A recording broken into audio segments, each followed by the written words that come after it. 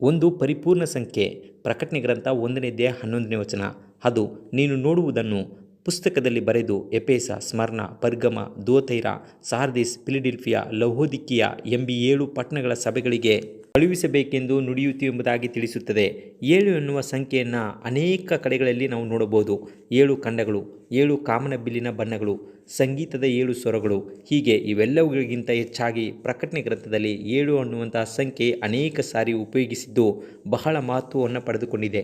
7 ಎನ್ನುವ ಪದ ಹೊಸ ಒಡಂಬಡಿಕೆಯಲ್ಲಿ 88 ಸಾರಿ ಉಲ್ಲೇಖವಾಗಿದ್ದು ಅದರಲ್ಲಿ ಪ್ರಕಟಣೆ ಪುಸ್ತಕ 1ರಲ್ಲಿಯೇ 56 ಸಾರಿ ಉಲ್ಲೇಖಿಸಲಾಗಿದೆ. ಮತ್ತು ದೈವಶಾಸ್ತ್ರಜ್ಞರು ಈ ಪ್ರಕಟಣೆ ಪುಸ್ತಕವನ್ನು 7 ಭಾಗಗಳಾಗಿ ವಿಭಜಿಸಿದ್ದಾರೆ.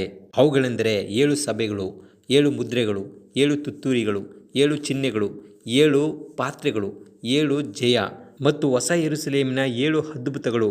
ಹೀಗೆ ಸತ್ಯವೇದದ ಉದ್ದಕ್ಕೂ ಸಹ 7 ಅನ್ನುವುದು ಪರಿಪೂರ್ಣತೆಯನ್ನು ಪ್ರತಿನಿಧಿಸುವ ಸಂಕೇತವಾಗಿ ಬಳಸಲಾಗಿದೆ. ಅದು ಈ ಲೋಕದ ಸೃಷ್ಟಿಯ ಆರಂಭದಿಂದಲೂ ಸಹ ನಿಜವಾಗಿದೆ. ಹೇಗೆಂದರೆ ದೇವರು ತನ್ನ ಸೃಷ್ಟಿ ಕಾರ್ಯವನ್ನೆಲ್ಲ ಮುಗಿಸಿಬಿಟ್ಟು 7ನೇ ದಿನದಲ್ಲಿ ವಿಶ್ರಮಿಸಿಕೊಂಡನು ಎಂಬುದಾಗಿ ತಿಳಿಸುತ್ತದೆ. ಹೀಗೆ ಇಲ್ಲಿ ಸೃಷ್ಟಿಕರ್ತನು ತನ್ನನ್ನು ತಾನು ಪರಿಪೂರ್ಣತೆಯ ಪ್ರತಿರೂಪವೆಂದು ಗುರುತಿಸಿಕೊಳ್ಳುವುದರ ಮೂಲಕವಾಗಿ ಯೇಸು ಸ್ವಾಮಿ ನಾನೇ ಆಲ್ಫಾವು ಒಮೆಗಾವು ಎಂಬುದಾಗಿ ಹೇಳಿರುವಾಗ ಆತನು 7 ಸಭೆಗಳಿಗೂ ಪರಿಪೂರ್ಣ ಸುವಾರ್ತೆಯ ಸಂದೇಶದ ಪತ್ರಗಳನ್ನು ಕಳಿಸಬೇಕಾಗಿರುವುದರಿಂದ ಕ್ರಿಸ್ತನು ಕ್ರಮವಾಗಿ ಇಲ್ಲಿ ಅವುಗಳನ್ನು ಪಟ್ಟಿ ಮಾಡುವವನಾಗಿದ್ದಾನೆ.